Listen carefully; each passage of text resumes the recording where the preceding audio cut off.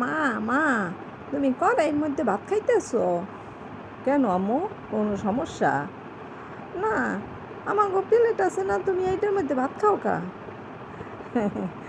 Plate তো আছে দুইটা, একটা তোমার আব্বুর আর একটা তোমার। আমরা গরিব মানুষ, আমার কি অনেক প্লেট থাকে, আর আছে 4-5টা প্লেট, সেগুলো হয়েছে কোনো মেহমান এলে তাদেরকে খাইতে দিতে হয়। এখন আমি যদি প্রত্যেক দিন খাই, এই প্লেটটা হঠাৎ করে একটা ভাঙিয়ে গেলে তখন আমার জন্য সমস্যা হইবে না? এই যে দিব্যি আরামে খাইতেছে, এই করইতে আমি রান্ধি, আবার এই করইতেই আবার ভাত খাই। সমস্যা হয় না তো, পেট ভরলেই হইল। তাতে কি আর প্লেট, দামি প্লেট বা এমনি প্লেটের দরকার আছে? আমার তো পেট ভরে যাইতেছে দিব্যি, শুকুর আলহামদুলিল্লাহ। হ্যাঁ, আমি কিন্তু আব্বুরে বলবো তোমার জন্য একটা প্লেট নিয়ে আইতে। না মা, দরকার নাই, কারণ এই টাকা জমাইয়েই তো আমাদের আবার অন্য কোনো কাজ করা লাগে। আমি তো বললামই তোমারে, আমি তো ভালোই খাইতে পারতে আসছি, সমস্যা হইতে আছে না আমার।